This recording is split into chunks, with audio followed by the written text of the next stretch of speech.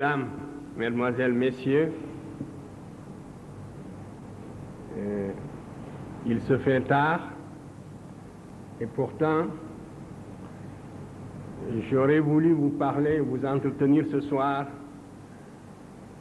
assez longtemps pour pouvoir vous communiquer un certain nombre d'informations qui me paraissent essentielles. Hélas, je serais bien obligé de me résumer. Mais j'essaierai autant que faire se peut de vous communiquer quand même l'essentiel du thème de ma conférence. Aujourd'hui, en effet, nous devons parler de l'apport de l'Afrique à la civilisation universelle. De quoi s'agit-il? L'Afrique passe pour être un continent fruste qui n'a presque rien apporté à la civilisation. On parle souvent du rendez-vous du donner et du recevoir, en supposant que d'ici là, l'Afrique aura fait ses preuves et que peut-être dans la phase ultime du développement de la civilisation universelle, l'Afrique apportera quelque chose à l'humanité. C'est vraiment renverser le courant de l'évolution et raconter l'histoire à rebours que de concevoir le développement historique de cette façon. Parce que c'est bien le continent africain qui fut à l'origine de tout le développement de la civilisation. Je voudrais seulement saisir 3 grandes étapes de cette évolution et m'entretenir avec vous là-dessus. Au tout début donc, maintenant cette question ne se discute plus âprement, mais il y a une trentaine d'années, pour être sérieux, il ne fallait pas considérer que l'Afrique puisse être réellement le berceau de l'humanité. C'était une idée qui paraissait extrêmement saugrenue, et il fallait même faire preuve d'un grand courage intellectuel pour avancer une telle pensée. Depuis, la recherche s'est développée et vous en connaissez les résultats. Nous savons aujourd'hui que l'Afrique est bien le berceau de l'humanité. Mais vous me direz tout de suite que le berceau de l'humanité, on a dit que c'est un berceau à roulettes et qu'il passe d'un continent à l'autre. En fait, ceci est inexact.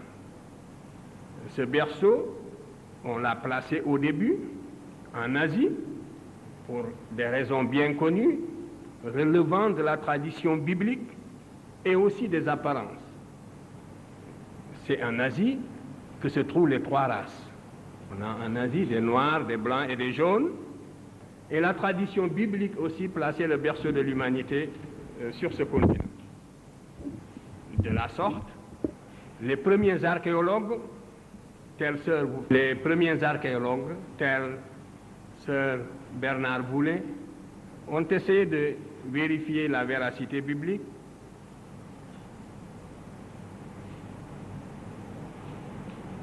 Donc, des fouilles ont été entreprises en Mésopotamie pour montrer que le déluge a bien eu lieu et que la Bible a dit vrai.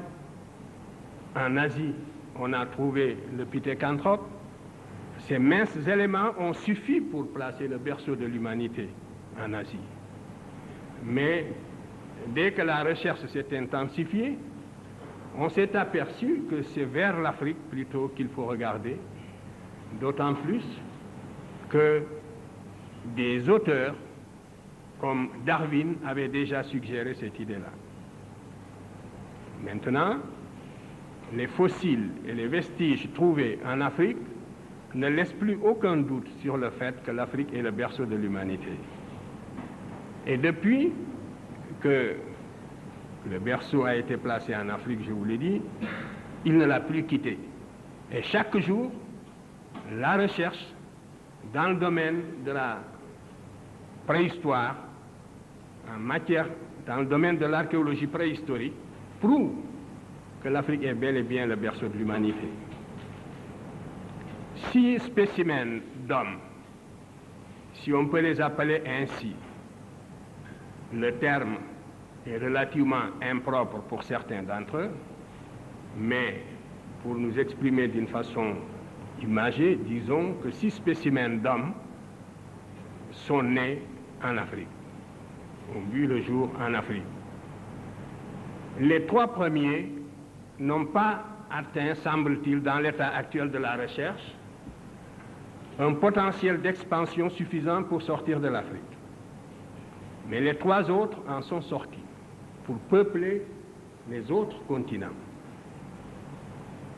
Les 3 premiers sont l'Australopithèque robustus, ce sont des noms barbares, je ne m'attarderai pas sur ces questions-là. C'est donc l'Australopithèque robustus, l'Australopithèque gracile et l'Homo habilis. Ces 3 spécimens, on ne les trouve pas sur les autres continents dans l'état actuel de l'archéologie préhistorique, de la recherche dans le domaine de l'archéologie préhistorique. Mais l'Homo erectus, qui est apparu en Afrique il y a environ 2 millions d'années, l'homme de Néandertal, que l'on appelle maintenant, et que l'on appelait aussi l'Homo faber, et que l'on appelle maintenant l'Homo sapiens, ainsi que l'Homo sapiens sapiens, ces 3 variétés sont sorties de l'Afrique pour aller peupler le reste du monde. L'Homo erectus est sorti de l'Afrique très probablement vers 1 700 000 ans. Il y avait 2 voies de sortie pour cette humanité, soit par l'isthme de Suez, soit aussi par le détroit de Gibraltar. Ce sont les voies qui ont été pratiquées par la première humanité née en Afrique sous la latitude du Kenya, dans cette région de l'Afrique de l'Est, qui comprend à la fois l'Éthiopie, le Kenya, la Tanzanie et même l'Afrique du Sud. Donc, cette humanité qui est née dans cette région est sortie de l'Afrique par l'isthme de Suez et par le détroit de Gibraltar. L'Homo erectus est entré en Europe il y a environ 400 000 ans. Il a été suivi par l'homme de Néandertal, très probablement vers 100 000 ans ou 150 000 ans. Et l'Homo sapiens sapiens lui-même, c'est-à-dire l'homme qui est à la fois comme vous et moi, c'est la dernière forme, si vous voulez, de l'humanité. L'Homo sapiens sapiens est sorti de l'Afrique il y a 40 000 ans et est allé peupler également l'Europe. Voilà donc le processus de la formation, si vous voulez, de l'humanité, de l'apparition de l'humanité, et aussi le déplacement de cette humanité vers les autres continents.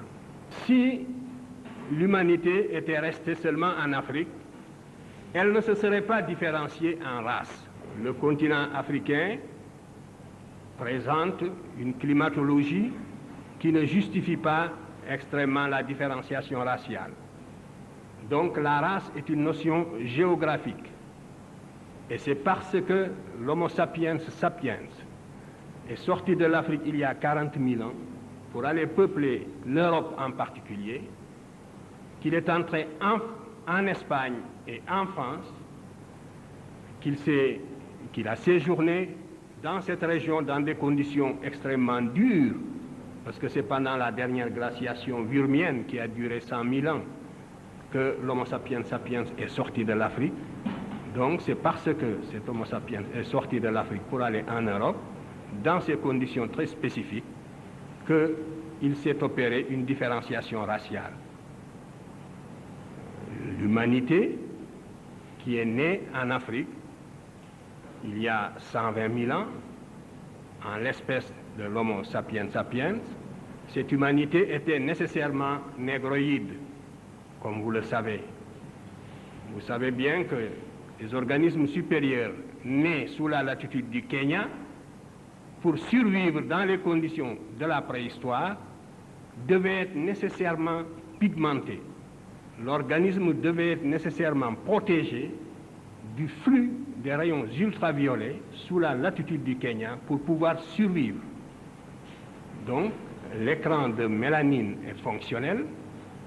C'est un bouclier qui protège l'organisme des rayons ultraviolets pour lui permettre de survivre. Et c'est la raison pour laquelle cette humanité qui est née par hasard en Afrique était nécessairement négroïde.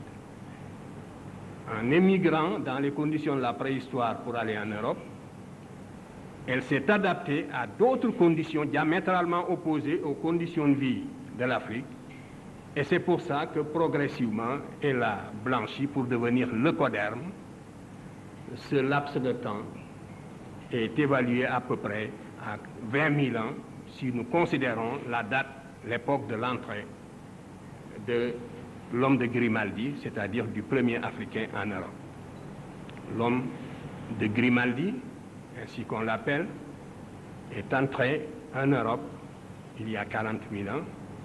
Il est resté sur place, il a évolué sur place jusqu'à moins 20 000 ans, pour qu'apparaisse pour la première fois sur la planète la morphologie du leucoderme et par conséquent le type humain qu'on appelle la race de Cro-Magnon.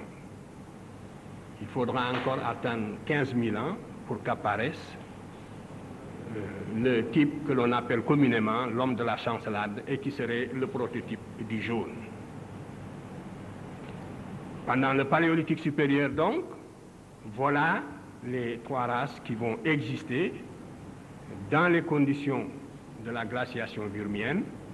Et la toute première, qui est la race noire, s'est étendue de l'Europe de l'Ouest jusqu'au lac Baïkal, à travers la Crimée, le bassin du Don, toute la région de l'Europe actuelle. Partout, on trouvait, il y a 32 000 ans, on ne trouvait qu'une seule humanité homogène, qui était cette humanité négroïde, qui, en s'expatriant, se différenciait aussi. C'est la même humanité aussi qui a fini, vers moins 15 000 ans, qui a traversé le détroit de Bering pour aller peupler également les trois Amériques. Justement, le peuplement de l'Amérique est une confirmation de l'origine monogénétique de l'humanité, parce qu'en Amérique, vous avez toutes les transitions climatiques depuis la Terre de Feu jusqu'en Alaska. Vous avez donc toutes les zones climatiques possibles qui existent. Mais l'Amérique n'a pas connu d'homme fossile. Il n'y a pas, par exemple, en Amérique, ni d'Homo erectus, ni d'Australopithèque robustus, ni d'Australopithèque gracile, ni d'Homo habilis, ni d'Homo erectus. Parce que comme je vous ai dit que les trois premières variétés ne sont pas sorties de l'Afrique, c'est tout à fait normal qu'on ne les trouve pas en Amérique, mais l'Homo erectus est bien sorti de l'Afrique et on ne le trouve pas en Amérique. De même, l'homme de Néandertal est sorti de l'Afrique et on ne le trouve pas non plus en Amérique. Donc, nous voyons bien que l'origine monogénétique de l'humanité, qui au premier abord paraissait relativement invraisemblable, est confirmée par l'archéologie préhistorique. Si j'avais le temps, j'aurais parlé de la philosophie qui sous-tend les deux thèses qui s'affrontent aujourd'hui dans le domaine de l'hominisation et de la théorie de l'hominisation. Vous savez bien qu'il y a la thèse monogénétique qui s'appuie sur toutes ces données de l'archéologie préhistorique, mais à côté aussi, il y a la thèse polycentrique qui voudrait que certaines conditions étant réunies, la nature ait créé ici un homme jaune, là un homme blanc et ailleurs un homme noir. Cette thèse, qui est aussi la thèse du bon sens, eh bien, elle n'est pas confirmée par les faits d'archéologie préhistorique. Et lorsqu'on y regarde de près, elle est même la plus invraisemblable parce qu'il est extrêmement improbable que la nature, au cours de son évolution, passe 2 fois par le même point. Bref, c'est la thèse monogénétique qui est confirmée. La thèse polycentrique est sous-tendue aussi par des préoccupations, disons, raciales, pour ne pas dire racistes. Tout ce que je vous dis sur l'origine de l'humanité ne doit pas nous inciter à tirer la moindre gloriole, si je puis dire, du fait. Il nous faut seulement considérer que c'est un fait du hasard. Mais si on le perd de vue, on explique l'évolution à rebours que vous disiez, et on enlève l'appétit intellectuel aux chercheurs et aux étudiants. C'est donc le seul intérêt que présente cette thèse, c'est parce qu'elle est conforme à l'évolution réelle, au processus réel d'hominisation, donc elle est conforme à la science, et prendre le contre-pied, c'est donc prendre le contre-pied de la science. Voilà donc l'intérêt surtout qu'il faut attacher à cette théorie de l'apparition de l'homme en Afrique. Vous voyez donc qu'au tout début, par le plus grand des hasards, l'Afrique a vu naître l'humanité et le peuplement du reste du monde s'est fait à partir de l'Afrique. Et les hommes qui sont sortis de l'Afrique ne sont pas sortis de l'Afrique les mains nues. Ce sont des hommes qui sont sortis avec toute leur industrie constituée. L'homme de l'Orignacien avait inventé une industrie justement. Le Grimaldien, comme je l'ai appelé tout à l'heure, il a inventé une industrie qu'on appelle l'industrie orignacienne. C'est ainsi qu'on l'a caractérisé une fois qu'il est arrivé en France. Mais cet homme est entré en Europe avec son industrie bien constituée. L'industrie orignacienne, dont cet homme est responsable, n'est pas née en Europe. Elle a été inventée de l'extérieur. Et les inventions qui se situaient au niveau de la pierre à cette époque étaient de véritables révolutions. Cela aussi, il ne faut pas le perdre de vue. C'était le sommet du progrès. C'était au moment où l'homme devait affronter la nature, une nature quasi vierge, n'est-ce pas, pour la dompter. Et dans ces conditions-là, qui étaient des conditions extrêmement dures que l'imagination peut à peine aujourd'hui reproduire, les hommes, à cette époque-là, c'est l'Afrique qui a porté aux autres continents. Et nous sortons de la préhistoire et nous entrons dans la période historique proprement dite. Je passe très vite. La période historique proprement dite, elle est caractérisée par l'apparition de l'écriture. Là encore, c'est la vallée du Nil qui devance le reste de l'humanité pour des raisons bien simples. L'évolution de l'Europe était retardée par justement cette fameuse glaciation vurmienne dont je viens de vous parler, qui, ayant duré 100 000 ans, s'étend par conséquent de moins 80 000 à moins 10 000. Voyez. Donc, pendant toute cette période, l'évolution de l'Europe étant retardée, l'Afrique a évolué normalement. L'Afrique a connu seulement des périodes tantôt sèches, tantôt des périodes pluviales. Donc, a évolué selon un rythme relativement normal. Et le processus cumulatif de la civilisation était donc plus intense en Afrique qu'en Europe où on vivait dans des grottes. Il en résulte tout de même le fait que l'Afrique entre, la première dans la période historique, et dès la fin du 4e millénaire avant Jésus-Christ, l'Afrique invente l'écriture. Et à partir de moins 3300, nous avons des documents écrits, nous pouvons suivre l'évolution de l'Afrique dans la vallée du Nil. En moins 4236, l'Afrique invente déjà un calendrier sidéral. Le calendrier sidéral fondé sur le lever d'une étoile du ciel, qui est l'étoile la plus brillante du ciel, l'étoile Sirius, qui est dans la constellation du Grand Chien, c'est l'étoile la plus brillante du ciel. Les Égyptiens, en moins 4236, avaient déjà remarqué que cette étoile se lève en même temps que le Soleil, pratiquement, sous la latitude de Memphis, tous les 1460 ans. Et c'était la base de leur calendrier. Donc c'était un repère chronologique absolu, pour ainsi dire. Imaginez le Soleil, un phénomène aussi fugace, le Soleil qui se lève en même temps qu'une étoile. Le phénomène ne dure que quelques secondes, à peine moins d'une minute.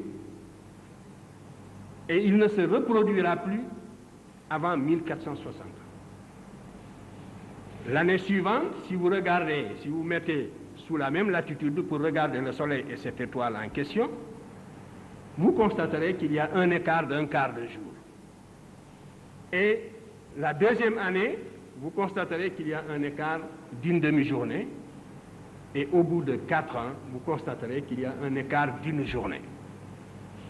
Par conséquent, dès moins 4236, les Égyptiens connaissaient l'année bissextile et pouvaient très bien, tous les 4 ans, ajouter au calendrier de 365 jours en quart, donc tous les 4 ans, ajouter un jour pour créer une année bissextile.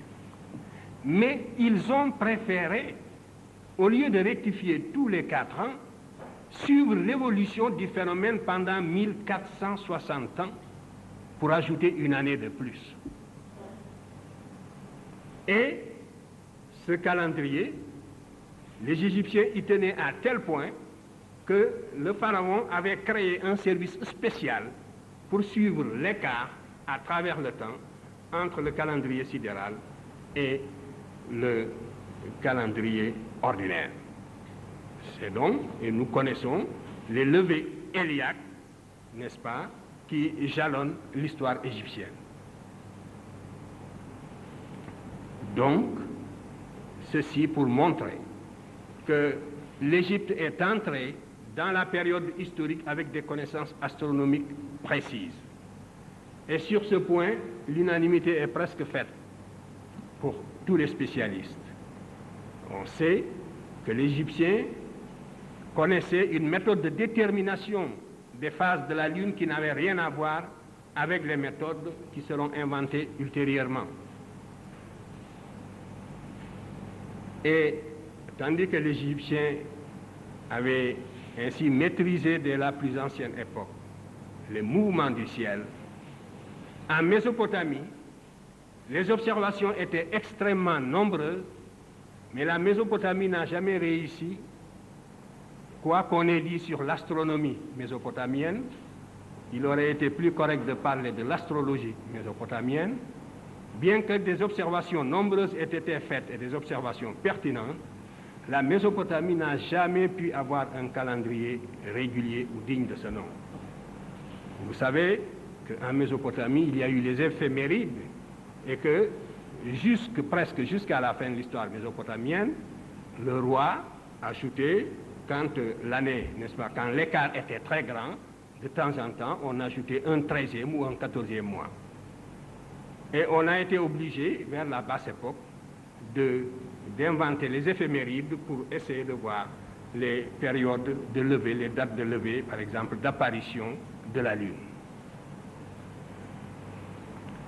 Dans le domaine proprement scientifique, c'est également déjà sous l'Ancien Empire, en tout cas sous Djoser, en 2778 déjà, tous les éléments technologiques de la civilisation égyptienne étaient en place.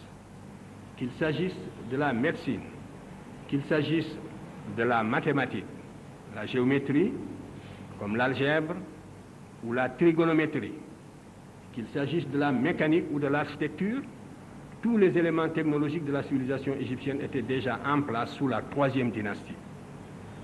Je vous montrerai tout à l'heure le pharaon de cette époque, qui a justement un type africain affirmé, et c'est sous ce pharaon que vivait le grand savant polyvalent que les Grecs avaient divinisé et qui s'appelle Imhotep. Et on pense que Imhotep était à l'origine de la plupart des inventions du temps de Djoser. C'est de cette époque également que date la pierre de taille, l'architecture en pierre de taille. Concernant les mathématiques égyptiennes, il faut dire que la géométrie égyptienne était une géométrie rigoureuse, aussi par opposition à la géométrie mésopotamienne. Nous avons un papyrus qui est très connu, qui est le papyrus Rind, où le scribe a recopié des textes plus anciens remontant justement à l'Ancien Empire, comme il l'a dit lui-même. Nous avons également le papyrus de Moscou, où il y a des exercices mathématiques d'un très haut niveau qui donnent une idée précisément des connaissances mathématiques que les Égyptiens avaient assimilées et qu'ils vont ensuite transmettre aux Grecs, lesquels Grecs seront Pythagore, d'abord Thalès de Milet, Pythagore, Platon lui-même, Eudoxe et bien d'autres. Et surtout Archimède aussi. Nous verrons tout à l'heure les problèmes qui sont traités dans le papyrus Rind. Donc je ne vous en parlerai pas deux fois. Mais si nous prenons le papyrus de Moscou, il y a deux types de problèmes qui sont traités et qui donnent une idée du niveau d'abstraction mathématique atteint par l'Égyptien, parce qu'on a l'habitude de dire que la mathématique égyptienne était une mathématique empirique et que seule la Grèce a fait la théorie, C'est absolument inexact et vous ne trouverez jamais une telle affirmation sous la plume précisément d'un savant grec d'époque, encore moins sous la plume de ces savants-là même qui étaient allés s'initier en Égypte. Vous ne le trouvez pas chez Pythagore, puisque nous n'avons pas une seule ligne de Pythagore, rien du tout. Vous ne le trouverez pas chez Thalès. Thalès n'a pas écrit une seule ligne sur les mathématiques. On lui a attribué un théorème très discutable, nous le verrons tout à l'heure. Thalès a écrit tout au plus une lettre discutable à Phérécyde, et dans laquelle il disait à Phérécyde, si toutefois cette lettre est authentique, qu'il n'aimait pas écrire, et que donc il préférait voyager. Voilà tout ce que nous avons de Thalès. Sinon, nous avons la biographie donnée par Diogène Laërce, où on lui attribue l'année de 365 jours inventée par les Égyptiens à la proto-histoire. Vous voyez. Donc, la mathématique égyptienne, dans le papyrus de Moscou, révèle deux problèmes. Le problème contient deux problèmes, parmi d'autres. Un problème sur le tronc, le volume, le calcul du volume du tronc de pyramide. Pour calculer le volume du tronc de pyramide, vous savez que c'est égal à 1/3 de H, facteur de A2 plus AB plus B2, A et B étant, si vous voulez, les côtés des carrés du sommet et de la base. Donc, vous avez là une expression analytique à laquelle il est impossible, n'est-ce pas, d'accéder par pur empirisme. Il n'est pas possible d'atteindre une telle expression analytique par des considérations empiriques. La preuve, la géométrie mésopotamienne, qui est une géométrie inexacte et qui est une géométrie empirique, a donné du volume du tronc de pyramide une formule qui n'est pas approximative mais qui est grossièrement fausse. Par exemple, la mathématique mésopotamienne donne le volume V égale H sur 2 et non pas sur 3, facteur de A2 plus B2 et le terme AB est oublié. Donc c'est une formule qui est tout simplement inexacte. Et voilà l'exemple d'une mathématique empirique.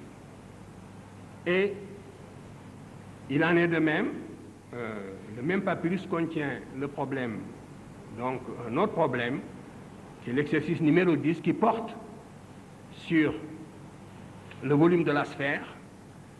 Ceux d'entre vous qui se sont intéressés aux mathématiques, les mathématiciens qui sont dans la salle, savent combien il est difficile d'étudier les surfaces courbes, et ils savent surtout qu'on ne peut pas donner la formule rigoureuse de la surface de la sphère, comme les Égyptiens l'ont fait dans l'exercice numéro 10 du papyrus de Moscou, C'est-à-dire donc 4πr2, qui est la formule moderne, de même que la formule que je vous ai donnée tout à l'heure pour le tronc du volume de pyramide correspond à la formule moderne.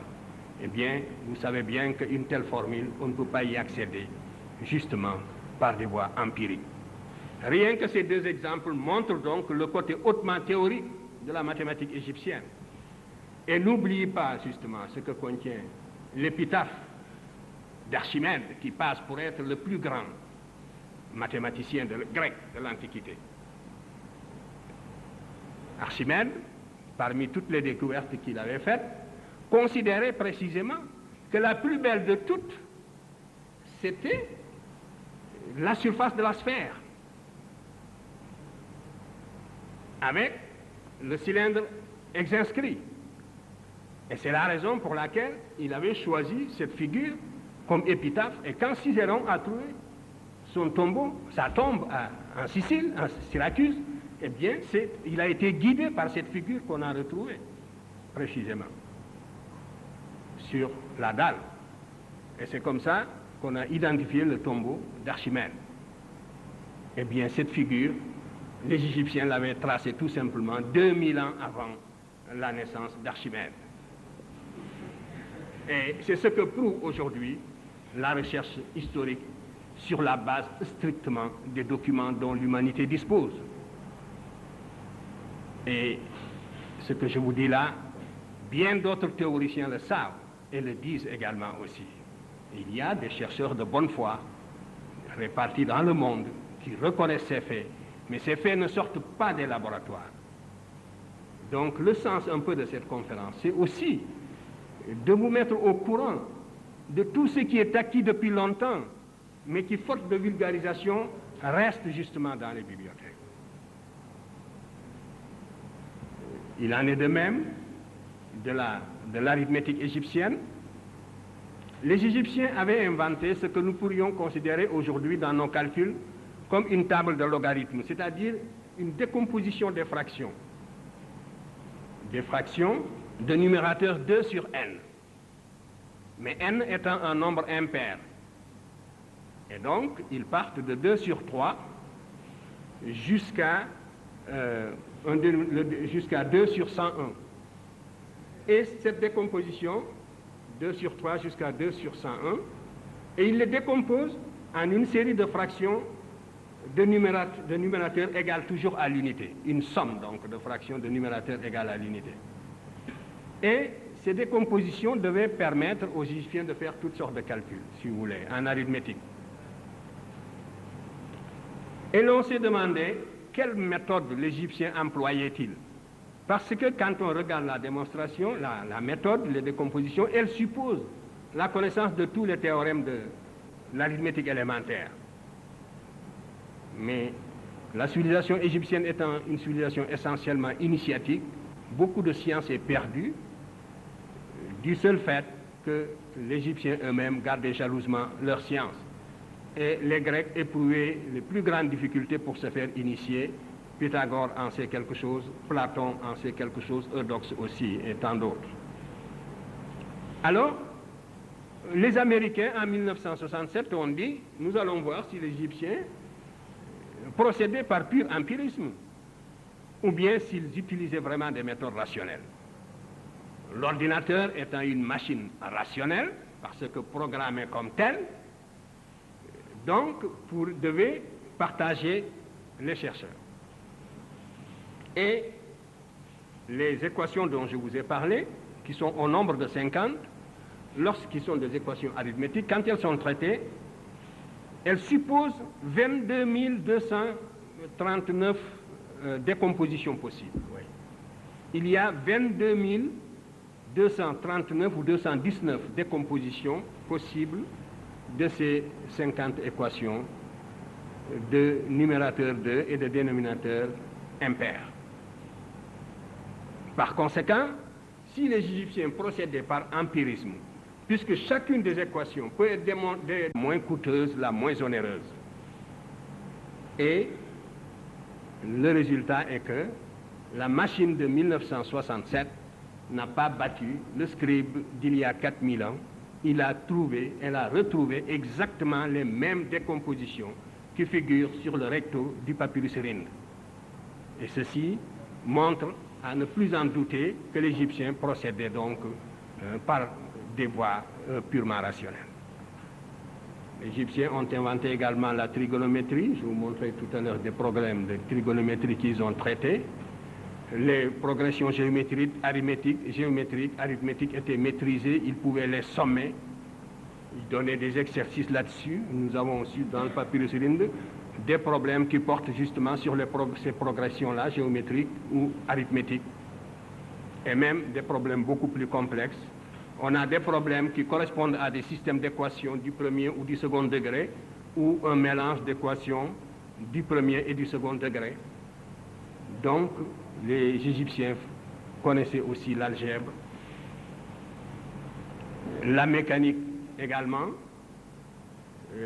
et l'on sait maintenant qu'ils utilisaient des plans inclinés d'une pente donnée pour manutentionner les tonnes de pierres dont ils ont besoin pour construire les pyramides, et les pentes étant restées sur place, en mesurant la pente, on peut calculer la réduction de la force d'attraction et connaître par conséquent la quantité de tonnes qui étaient manipulées par jour, et on a retrouvé ainsi le temps que les Égyptiens ont mis pour construire les différentes pyramides.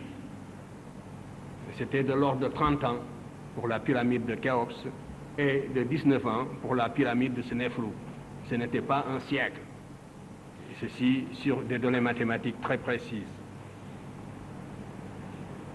Et on sait également que les Égyptiens étaient de grands spécialistes en médecine.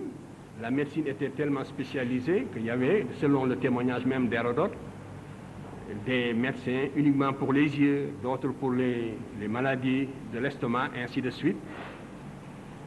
Et il y avait aussi des généralistes et d'autres qui sont, si vous voulez, qui ne s'occupaient que des maladies, qui étaient des spécialistes de la guérison psychologique. Ce qu'on aurait pu appeler aujourd'hui les thérapeutiques spéciales, par exemple, qu'on utilise dans certains hôpitaux psychiatriques. Les Égyptiens connaissaient ces méthodes.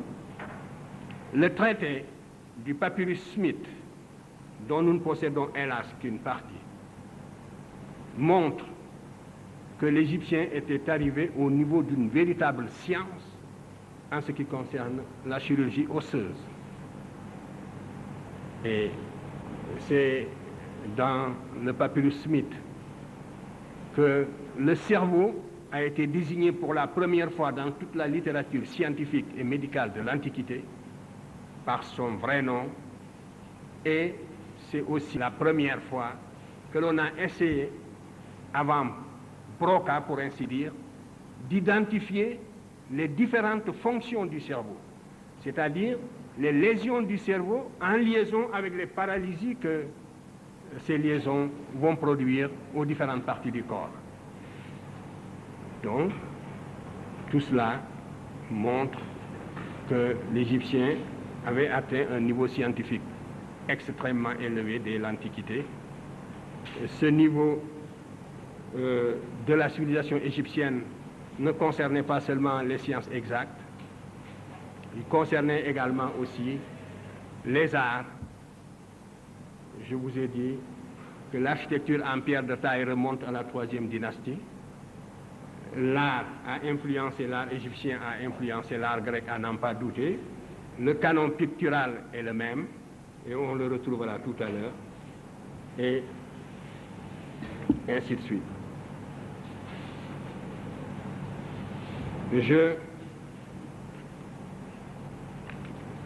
Je voudrais juste donc illustrer très rapidement ce développement par quelques clichés que l'on va projeter avant d'arriver donc à la 3e phase. Donc, la 2e phase au cours de laquelle la civilisation égyptienne a transmis les valeurs de la civilisation à la Grèce correspond à la phase pendant laquelle l'Afrique, de nouveau, a transmis les valeurs de sa civilisation à la Méditerranée septentrionale.